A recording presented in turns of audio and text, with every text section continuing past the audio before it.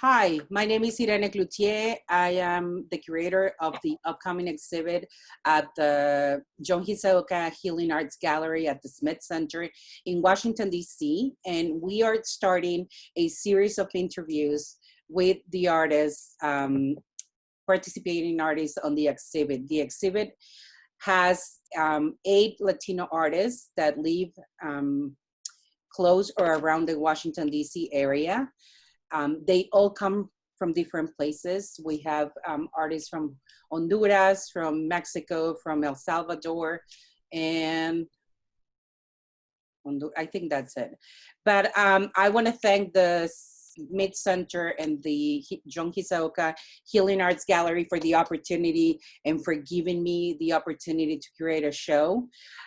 When Lindsay and I started the conversation about the exhibition, we were very interested in bringing the conversation forward about identity and immigration. And it is my pleasure to welcome Fabiola Alvarez Yurcisin to the interview today. We're going to start talking about her work, her practice, and Fabiola is an artist from Mexico.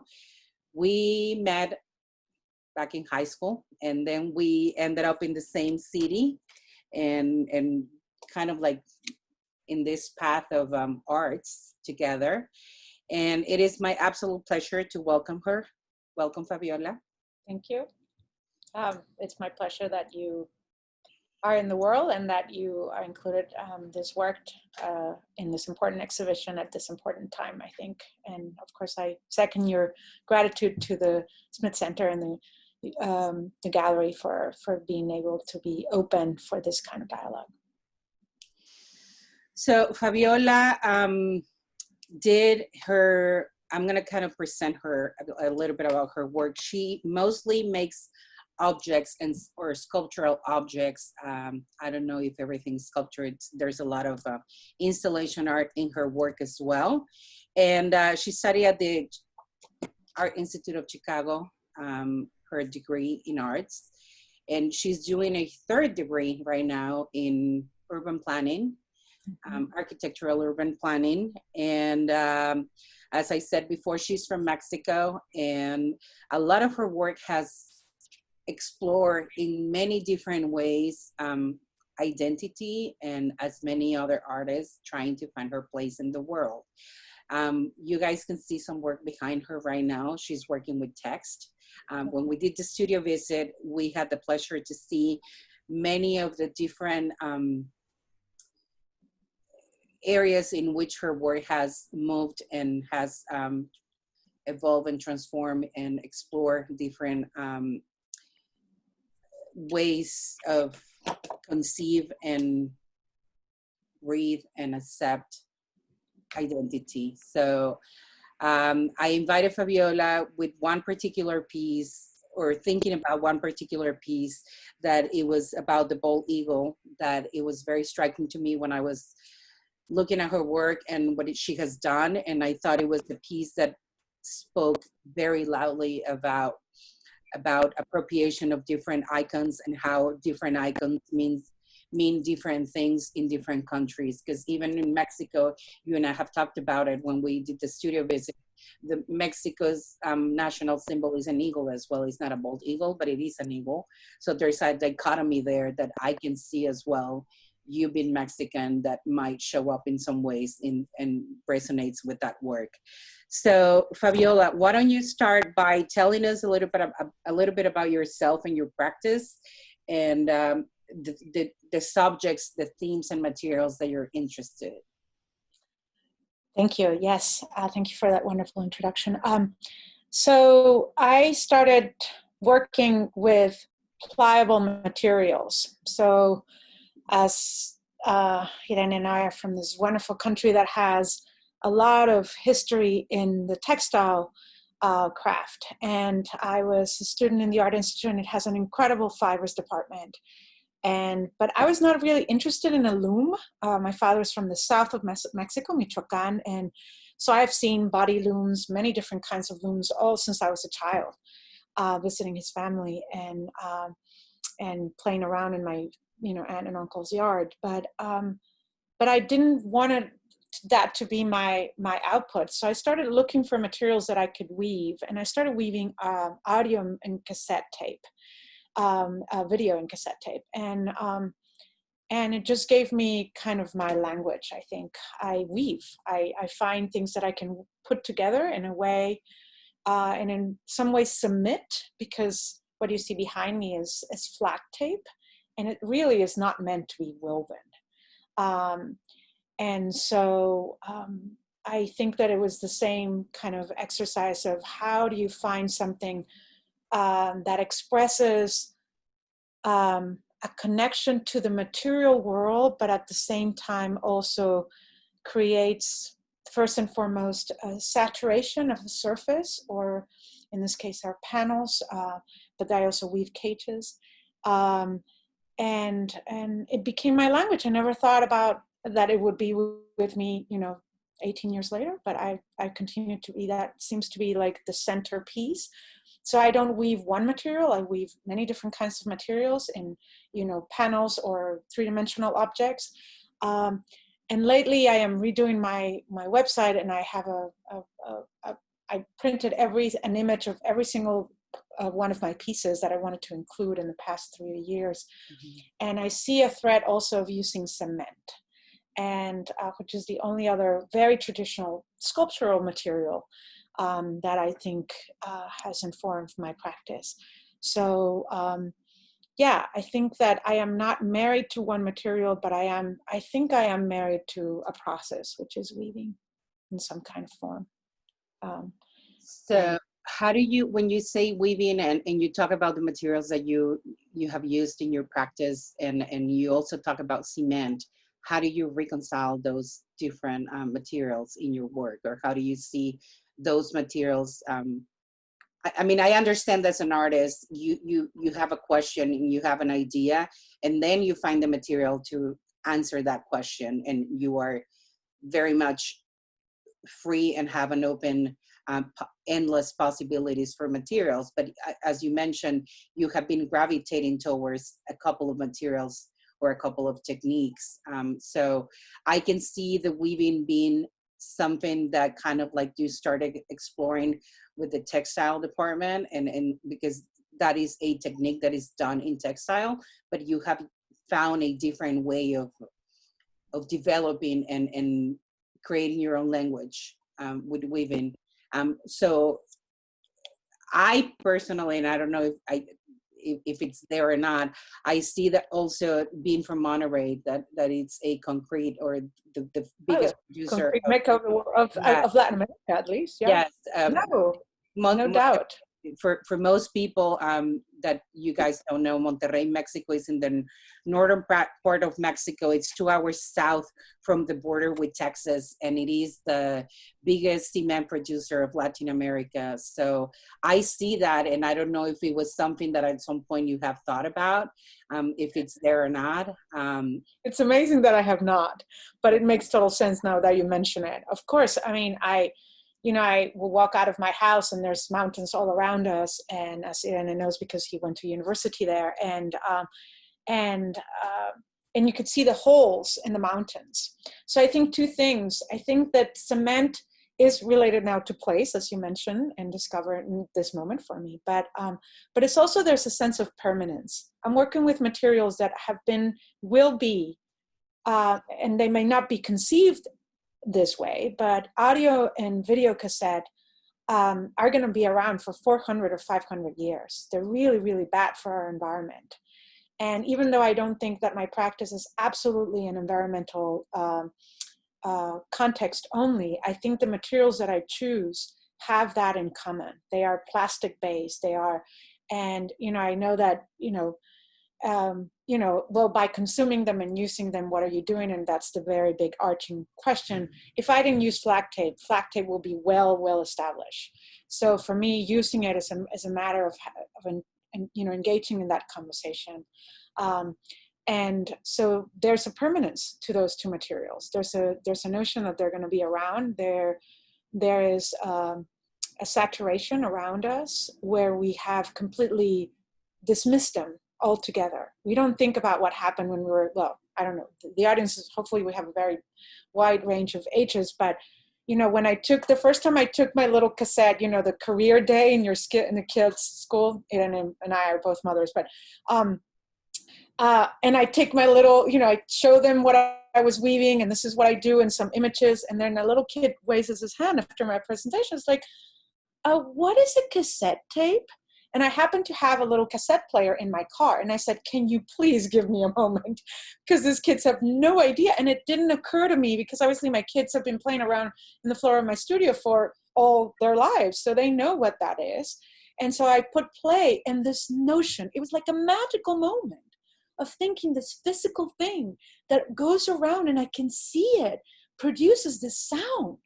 It was like amazing, right? And I thought, wow, right? Like, they are kids, and we have produced massive amount of this material that we have no way of justifying their impact. Right? And So at the end of your work and some of your earlier works with Woven, you were using cassette tapes, video, either VHS or Beta tapes, and also you were using the tape for typewriters. I continue to use it. I have a piece right now in my studio. And just now, as I see the pieces that you have behind you, I also see a correlation with the tape, the typewriter tape, and the letters and the lettering behind you. It's kind of like when you were playing with the typewriter and then you were rolling up and you were just like doing random words and things like that. It kind of looks like the layout on behind you a little bit. Thank you. That's exactly what I hope. They're like, you know, they're random idea. Well, they're a very, very serious thing, but they're, I hope that I'm collecting these words that when we hear them in our over stimulated environment, they're not hitting us the way they should, as far as the plight of immigrants, especially coming, you know, during the current administration, and what is little kids and mothers are experiencing in their crossing from Latin America through Mexico, and you know, in their arrival to the United States. So I can tell you a little bit about the work, so we just don't leave it hanging there. Let's just make a little pause, because I forgot as I was doing the introduction and talking about the exhibit, I forgot to say that the exhibit, the theme or the title of the exhibit is Aceptar, which means acceptance in Spanish. And so when Fabiola is talking about this, there's also a lot of these that as underlying on all of the works that I chose for the exhibit. So yes, please go ahead. Yes, kind of like came to my mind that I didn't say that. Of course, we both assume that, you know, since we both have that knowledge. Yeah. Yes, so this work is based on Valeria Luiselli's 2 books, Tell Me How It Ends and the Child Archives, Lost Child Archives. And she is a writer from Mexico City, although she lives in New York City. And she has documented in different ways through interviews and her volunteer work with immigrants in New York State. And so her work is based on the fact that when you cross the border illegally, it's not considered, it's a civil offense, it's not a criminal offense, and therefore you need to hire your own attorney no matter how old you are. So her being a mother, she concentrated in those stories for kids and how they kind of, the things that they have to confront. So I kind of filter that and just use words that are based mostly on her writing. So that's what you're seeing behind me.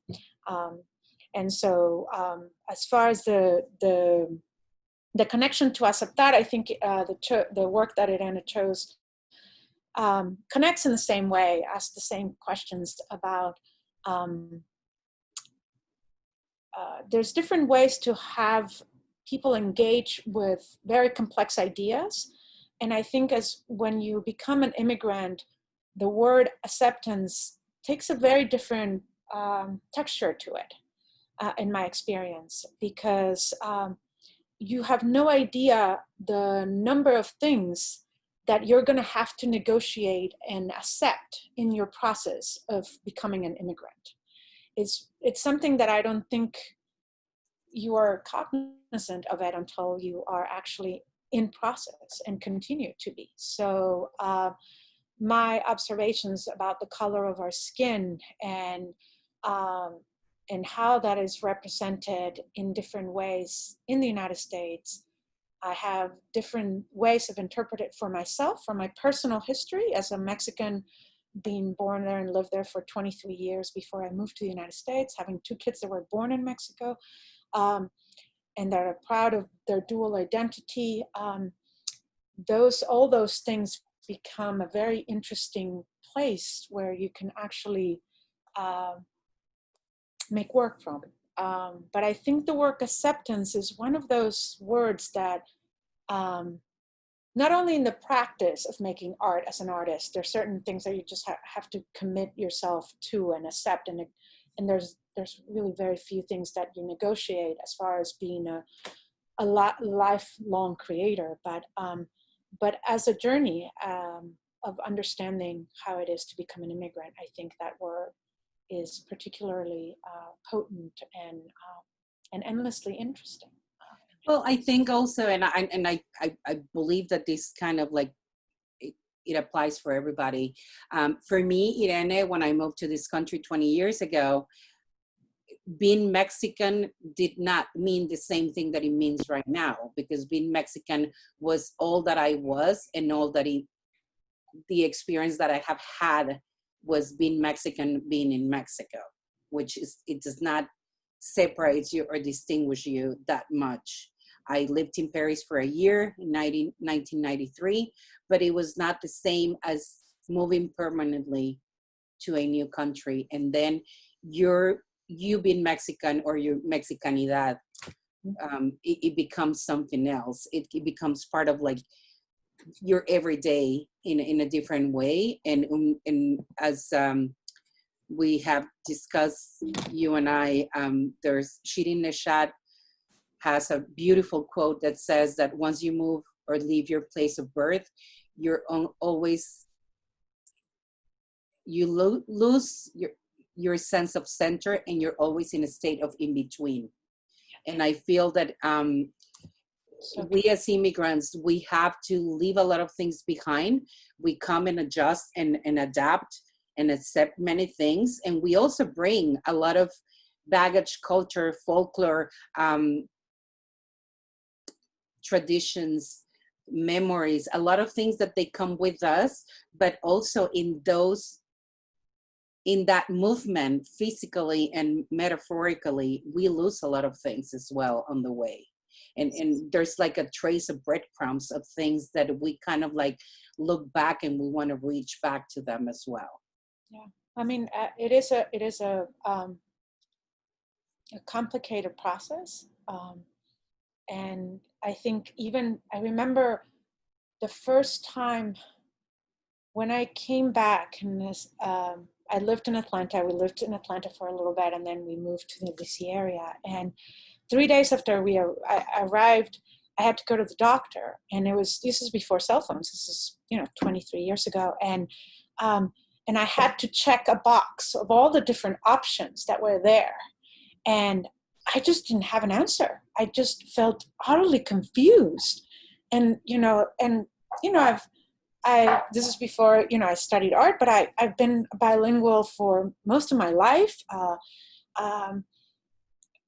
I was very surprised of not knowing, like, what do you mean? What does Caucasian mean? What does white mean? What does the Latino mean? What, like, can I be all of them at the same time? Like, and why? Like, why do I need a box? Like, I just have endless questions. So I remember asking, what do I have to pick? Yeah, like, and also this notion of like, why is this information important? I mean, of course, now I know why it's important, but the first time you're confronted with those boxes, and I think Latin Americans have a different relationship to this notion of conquest. It's not that we are oblivious about it, or that we accept it just happily. that's not the case. But I think that, you know, I am the outcome of a conquest. I am the outcome of many different people coming together. You know, my grandmother was really dark skinned. My mother happens to be the blondie of the family, of her three sisters. And I remember like somebody mentioning to her, like, oh, do you take care of this child when I am her grandchild, right? And I didn't understand back then how it is, but now in context, when you think about it, now being in the United States in that sense, you know, so we have a different way of negotiating those things for ourselves in Latin America. So the way we have to learn how to negotiate them here and build an authentic sense of belonging is full of those breadcrumbs, I think. Yeah. Yeah. So yeah. yeah. And when you gave the example of what they used to tell your grandmother, I many times or very often I was told the same thing at the playground here.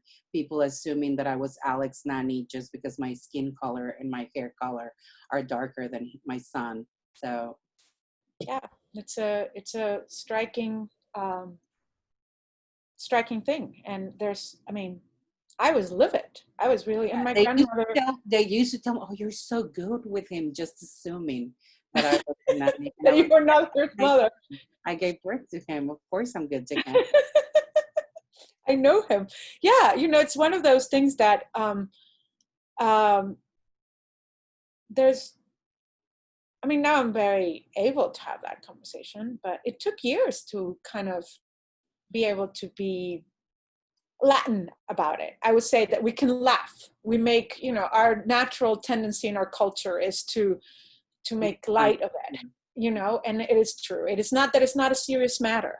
It is not that it is not important. It is absolutely important. But for us to get to the point that we can kind of joke about it but know that it's absolutely true. It's absolutely true. I mean, the things I've heard, because people assume that my accent is from another country that is different from Latin America, is, I mean, there's not another word. It's appalling. It's really, really incredible. So, and as soon as they realize that, they don't know what to do with themselves, right? And you have to accept that. You have to accept that there is a level of knowledge that I pose, or we post, some significant challenges to the stereotypical notion of what happens and people of Latin America should or shouldn't look like, right? Yeah. So, so why don't you talk to us about the works that we picked for the exhibition, and tell us a little bit about the works and what they mean, or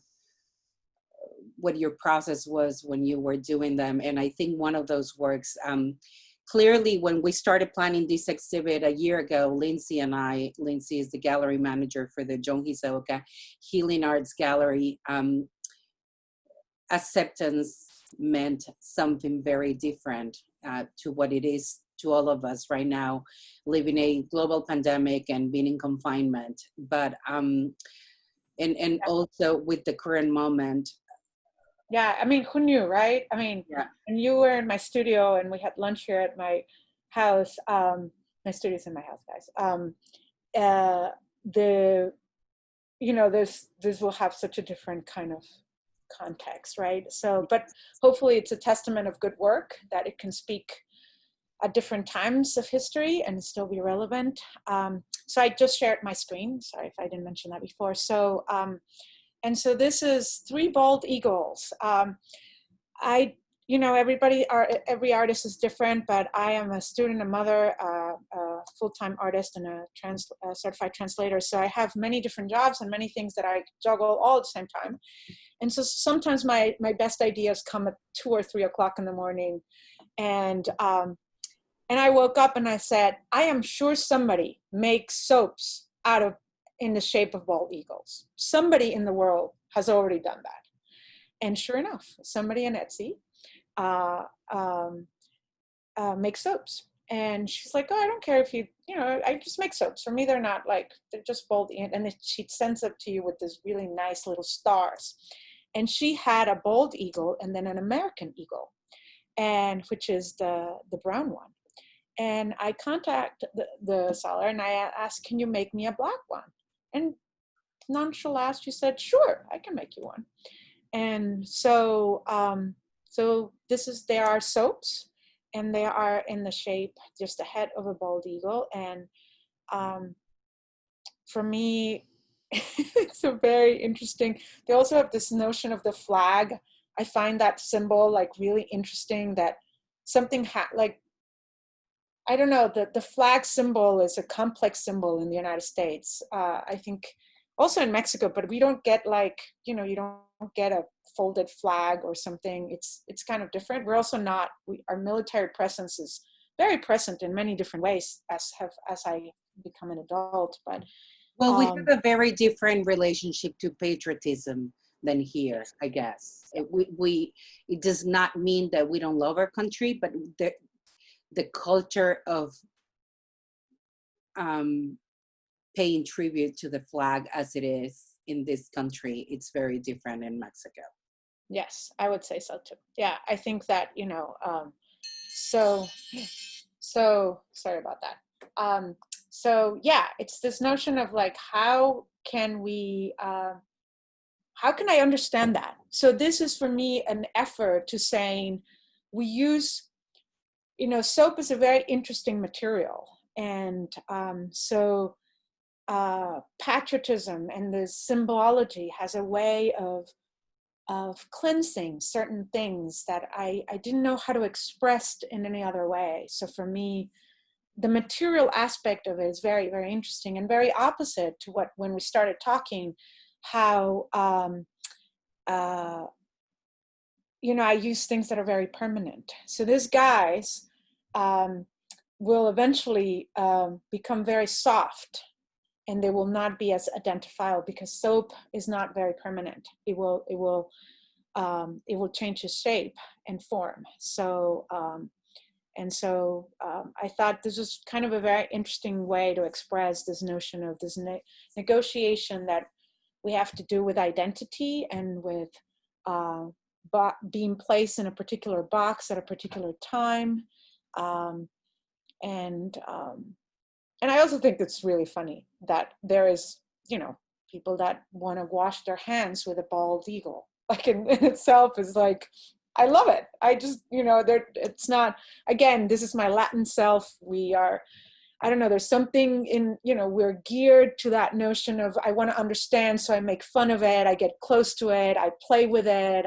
All of those things are always part of how I make work. You also mentioned when we visit your studio and Lindsay was looking at this work for the first time, that there's a certain element of fragility on this material, and that you're totally open to the material breaking and changing and just leaving it that way as well. And I think that's something very important, because, and it's not right or wrong, but it could have been the case that if it breaks, you replace the eagle, and because you're interested in that neat look and feel, and you actually go with the flow, with the transformation of the material and the fragility of the material itself.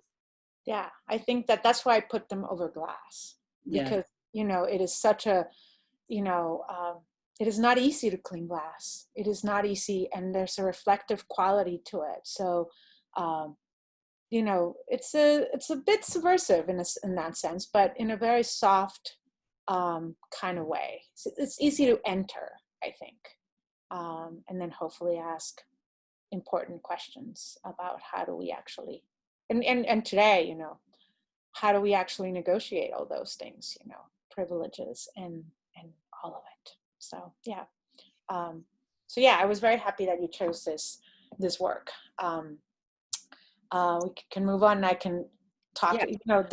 Before we move on, have you shown this work in the DC area or not? Yes, I had. It was in an exhibition, solo exhibition in the Black Rock Art Center.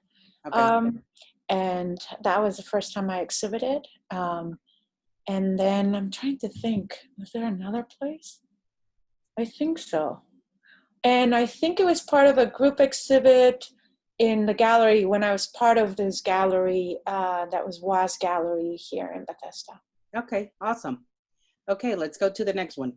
So, hold on. I think, let me see what, maybe I need to not be that way.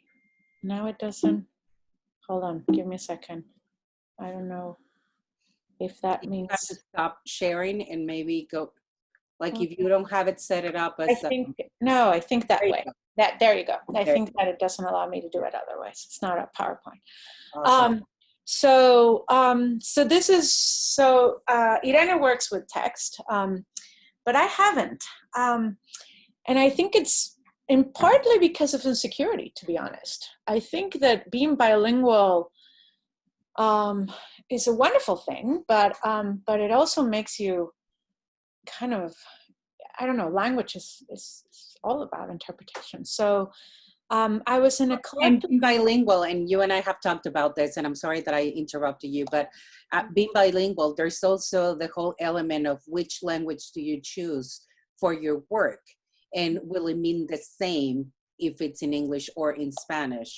And I have been criticized when I have presented works with works that they have words in English in Mexico, because I am Mexican and they think that it's kind of pretentious.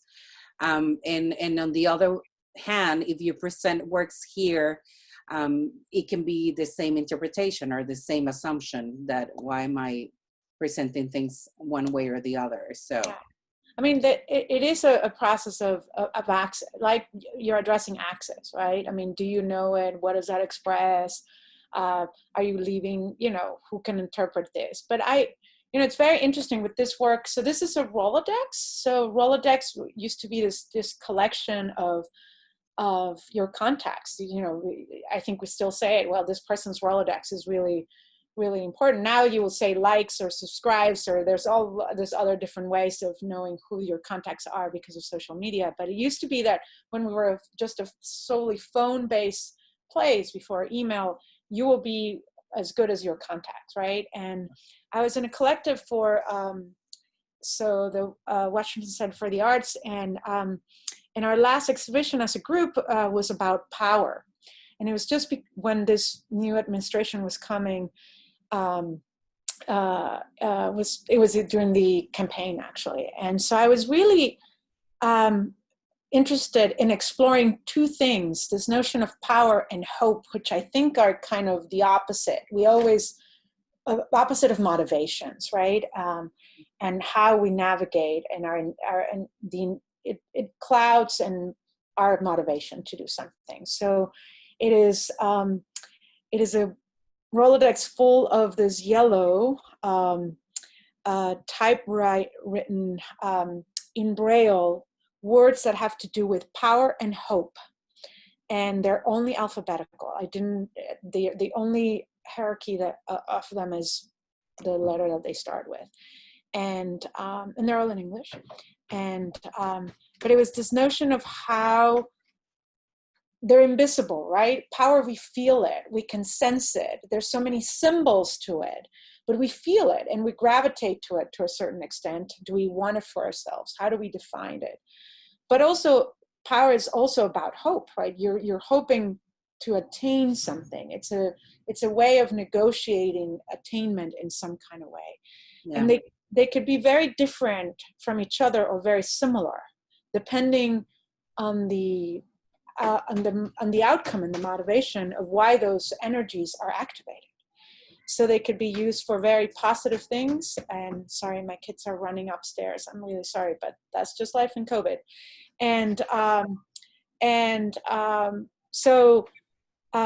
Something that is important for this piece, my mom has progressively lost her eyesight. So I grew up with someone that was progressively going blind. So that really affected the architecture of how I grew up.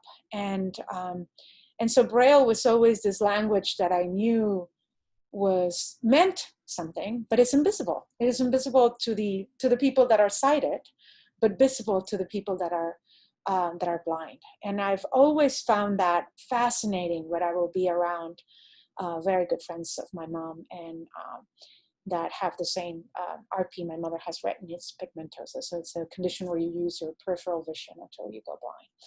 And I've had a Braille typewriter in my studio for a long time. It was one of those things that I thought eventually I will use.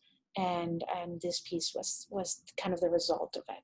So Fabiola, I see that you have worked, and you work in many of your pieces with things that have like a vintage language or a vintage feeling.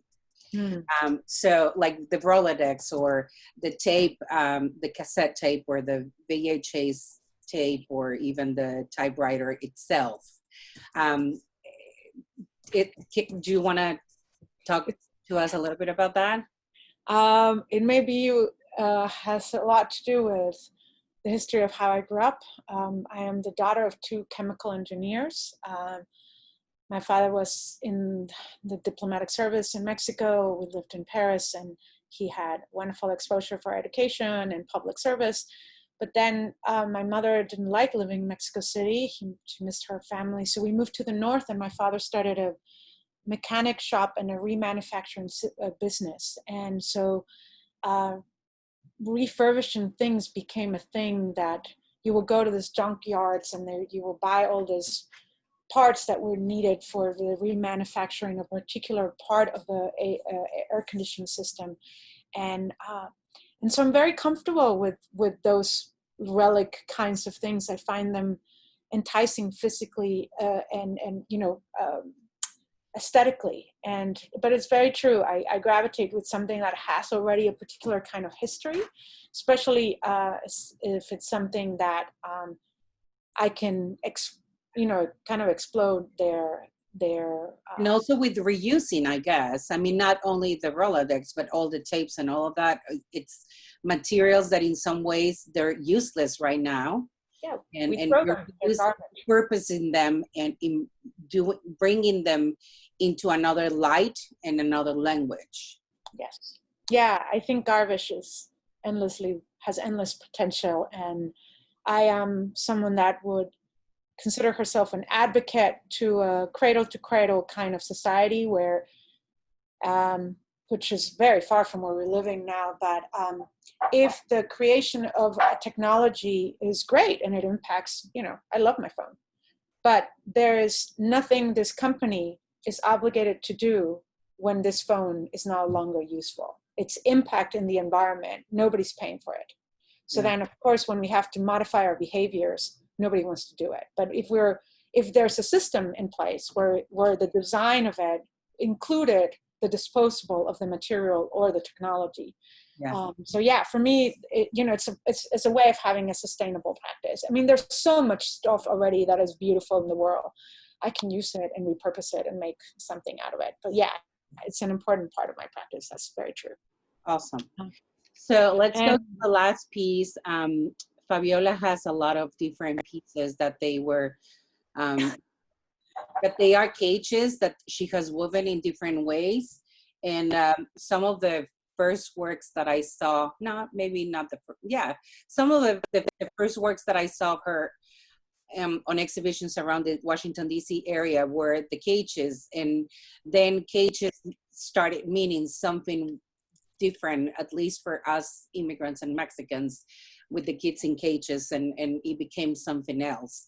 And Fabiola, even though this is a language and things that she has been working and exploring before, I think she has taken it full and frontal to these subjects and these circumstances and these injustices that they have been happening in some of her works. So this is the third piece that I chose for the show. And okay, you have the floor, Fabiola. Thank you. Yeah, it's a very large cage. It's one of the largest I actually have woven. Took a long time to do. I tend to use, when I buy new materials, the flat tape is an exception, I guess, but I try to buy materials that have some connection to Mexico. And so this in particular is ribbons that we use in Mexico for many different decorations, but we use a lot of ribbons for the Day of the Dead. And that has been something every year we will go to the south of Mexico to place flowers and celebrate, well, I guess, yeah, the life, and remember the love that we have for my grandparents, the parents of my father, from my father's side. And so ribbons have been part, like, they're fleshy, they're plasticky, and we make them very brittle, very able to take a lot of views, being exposed to the sun. So I have, endless boxes with those. That is material that I do buy new. A lot of it, I try to find, that is given to me or that is incredibly cheap. So this is a cage that is woven with this very orangey material, and has light all around it with a mirror, and you can see the inside here.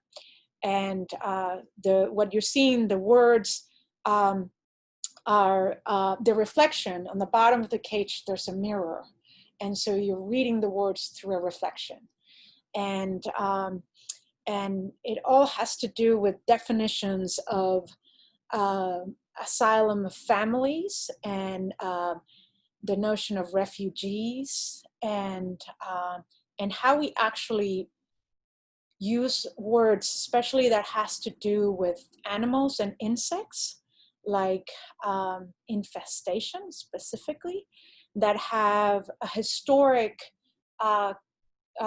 connection with dictators all around the history of the world, not just the United States, and obviously in the context of the new administration.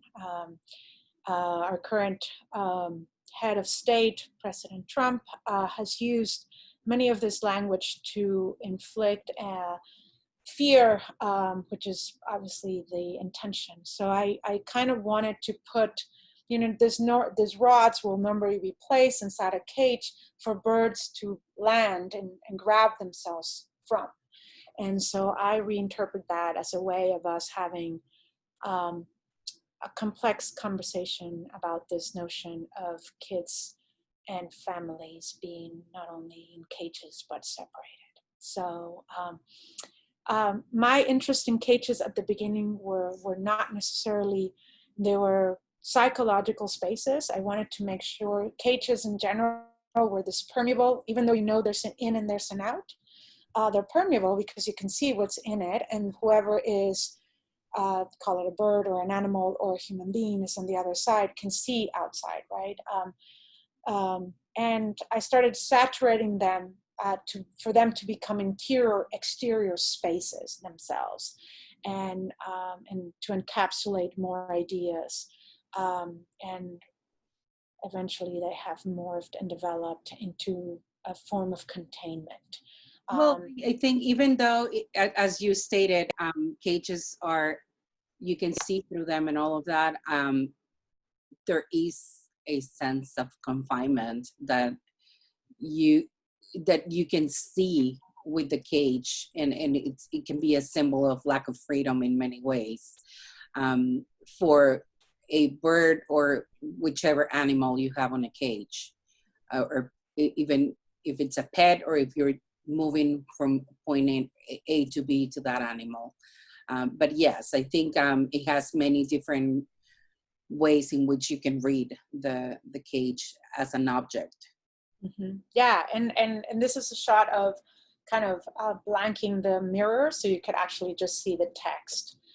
So you could, I'm not trying to make a sentence or a narrative. I'm just putting the words that are constantly in our media and our, conversations, and put them together to create this moment of consideration, right? And yeah, for me, the word consideration is probably the most adept, because I'm trying to, no pun intended, accept this duality of my being able to be here legally, and many of the people that come from my country and other countries that speak and have similar historic and racial backgrounds from myself that are not. And how do I reconcile and accept what is my role, what is my impact, and no doubt is a very complex kind of structure, and but one that needs to be talked about. And language has made me now I'm much more comfortable after that piece. That was an important piece. It took me a long time to choose the words, and feel that they were the appropriate groupings, and why would they face you and face away from you. And I started with animals and illegals. And I think that, and I feel that when I read this word that it says illegals, and I know this is the language that they use, but you and I and many of us know that no one is illegal as a human. They can be undocumented, but they're not illegals. And just even the wording makes a huge impact and a huge statement on the way immigrants are treated. Yeah. In any border, because we in Mexico, we treat immigrants very badly. I'm not saying that this is something exclusive of this country, but you know, I think for me the biggest distinction is that we should like stop using the word illegal. Yeah, and that's why I put it in the same rod as an animal, because I think that, you know, I think that linear connotation, we all human beings look for patterns to understand things. So using that knowledge is kind of important. But yeah, and you know, so this is my beginning before I found a text that I wanted to filter and tease out what I wanted to express.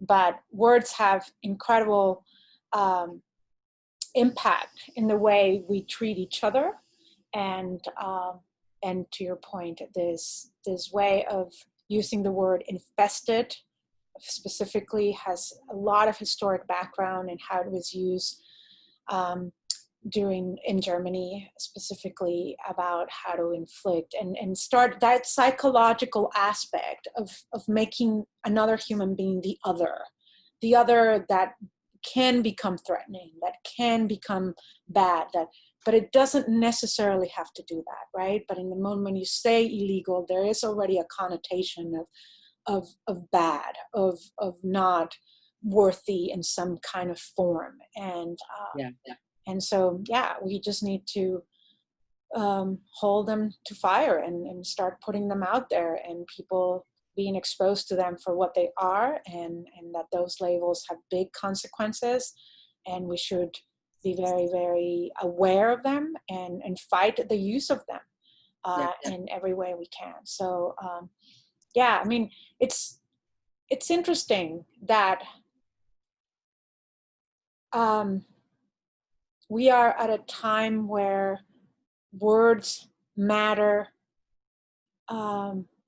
more, and in the world of Twitter, they need to be separated and highlight more often than consumed so easily. I find that there's too many. We need to stop and look at them individually to understand their impact, rather than consume them so easily and be in the process of formation, right? So and you know, to the point of the exhibition and to the point of the conversation, it's really important that when you're accepting something, you are participating. It is a form of participation. And so there are certain personal things and personal aspects of your identity that you have come to accept. But as a society, I think that word has affects us in different ways. So we have, in our current situation, we have accepted certain things, and it's incredible to see that we are not longer being able to just accept them as easily. As soon as you uncover something that was acceptable to you to a certain extent, you're willing to say no more. And I think the exhibition and particularly the work that you chose for the exhibition is work that is trying to ask that particular question. Why is it so important that we have a white eagle represent us? What is the connotation for it? You know, and doesn't, there are many different other kinds of ego. It doesn't matter that it's an imaginary one. And what if we imagine that?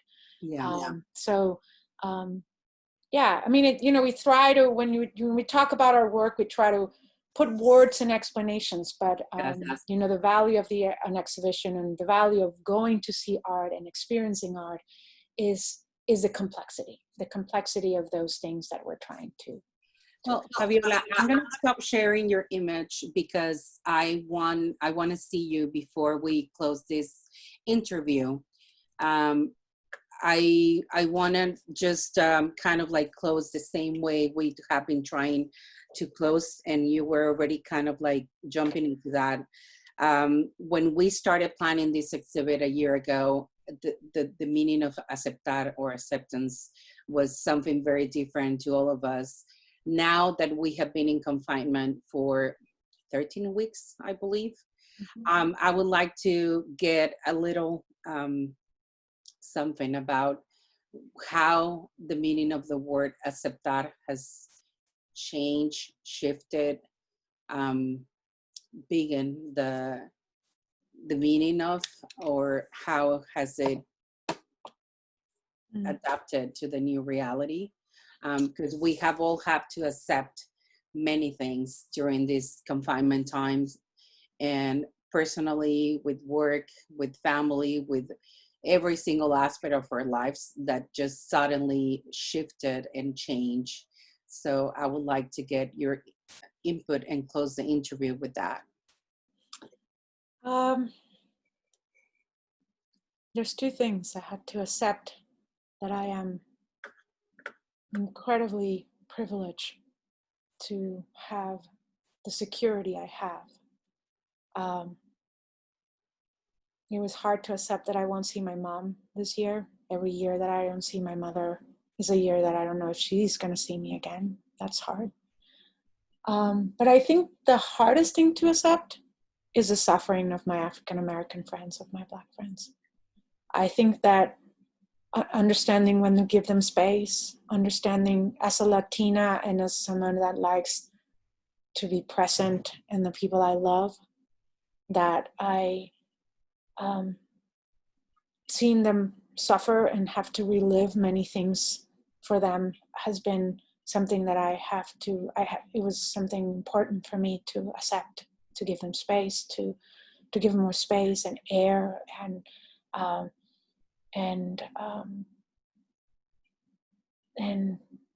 what that means for me to be part of that system. So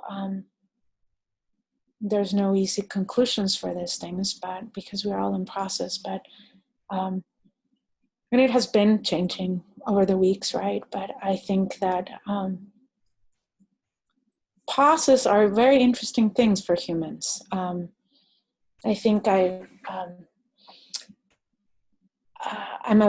meditate every day, and so I'm accustomed of what it means to stop for those 20 minutes of my day and be on those places that, especially anger, that I'm uncomfortable with or expressing and so you hold that feeling, and that's all you need to do. You don't have to actively do anything about it. And so I think this pause has allowed us personally and hopefully as a society to be able to pause and look at those things without all the other distractions that kind of pulled us away. So, but yeah, I have the privilege of being in a Georgetown has done, my master's program is in Georgetown University, and they have done really an incredible work trying to be more inclusive as a university.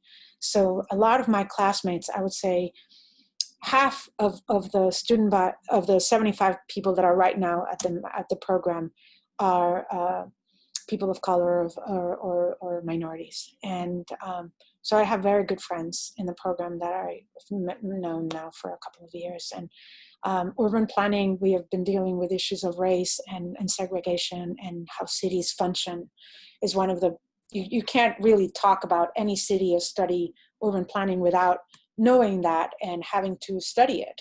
So, you talk about ethics class or law class, and any foundational for the program. And so even if you think about, as you were talking about how urban planning has been changing and kind of like dictating the way we build cities.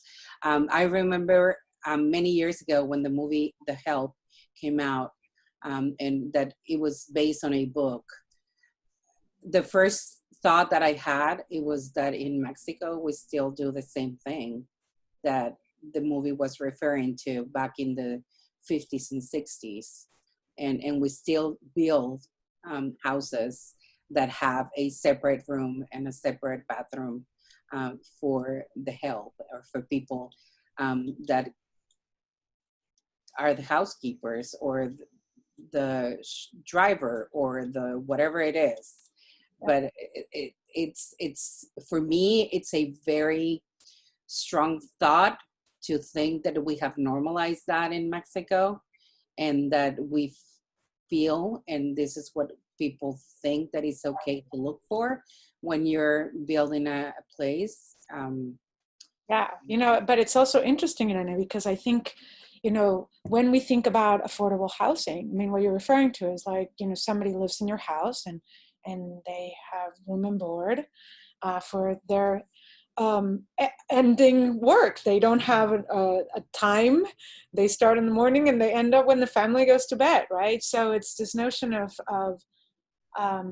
that process, of participating in that process, Yeah. but also, and I grew up in a particular family where we had the privilege of having help, but my parents always asked, whoever that person was, what do you want to study? So, you study in the afternoon. So the person that actually used to work in our house now is the accountant in the shop, right? So now she still works for the family, but now she's an accountant, and she went through school by working at my parents. So it could also be that we could also build equity in those things. Depends on how you inhabit them, but at the same time, it's just this notion of like how, when we think about building places, it's really interesting to think about affordable housing and the difference between the United States and Mexico or Latin America.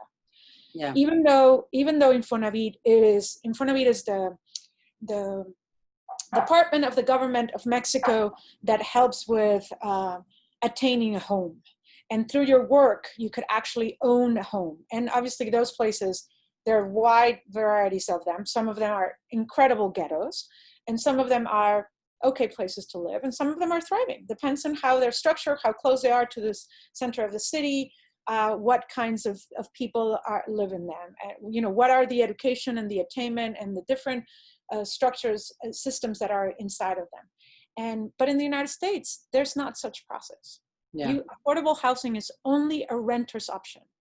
You could, there are some rent to own structures, but those are kind of a new way of understanding affordable housing in a way. And for me, that was a very interesting, complex thing to think about. And it kind of connects to cages, because in a way, most cages, they're made like little houses type of thing. I always find it very interesting that they have little windows and they're located in the symmetry of a home for an animal. So, but yeah, it's kind of an interesting, way of connecting the different way if we think about accessibility. And of course, affordable housing, there's a historic context of African-American and affordable housing projects, yeah. Right? And of course, this is not necessarily the subject of our conversation, but it has been very interesting. When you ask me about what do I need to accept now, I feel much more equipped for this kinds of conversations, and I have much more knowledge, and I am a lot more empathetic because I know the studies and the actual reality, yeah. of not only what COVID has taught us of the disparity, but of how it is historically rooted. Redlining is not, it's a historic way of keeping people out of ownership of homes, right? Yeah. So, and just having a mortgage in itself is a privilege. It's a subsidy, right? That not everybody has the access to. So I feel that by studying urban planning, I've become a much better and much able to talk about my work and about the work that I think it's important to do for making a more equitable society. So, but can I just say I'm so honored and thankful that you are curating in the world. I think that your voice and the voice of women and women of Latin origin is so important that we still have this conversation, and mothers.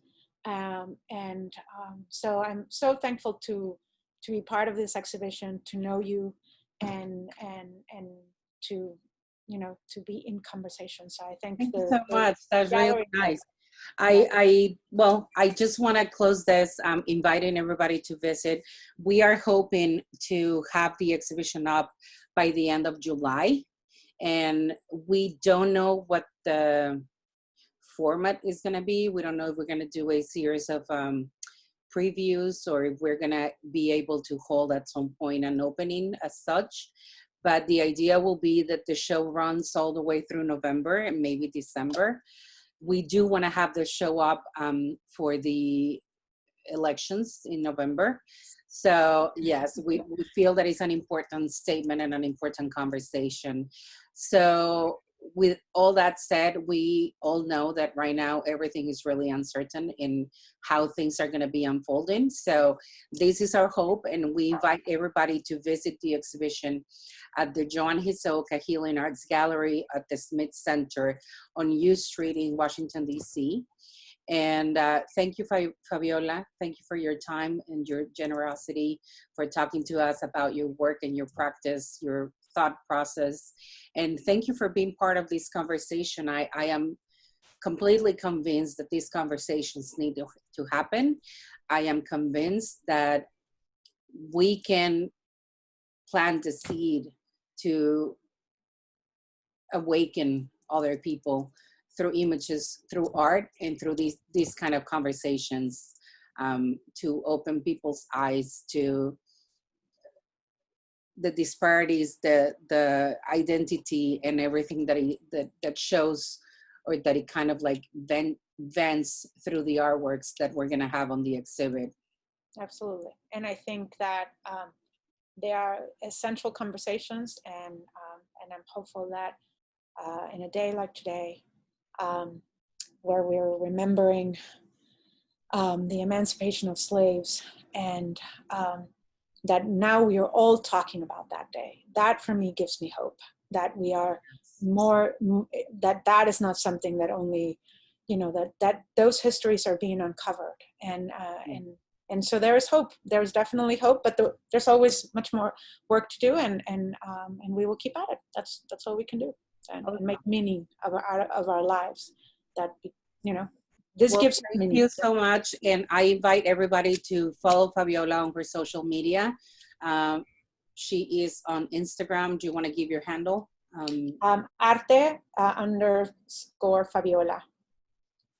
Okay, and she has a website as well, Fabiola? Go ahead. My website is just my name, fabiola.com.mx. Don't forget the MX.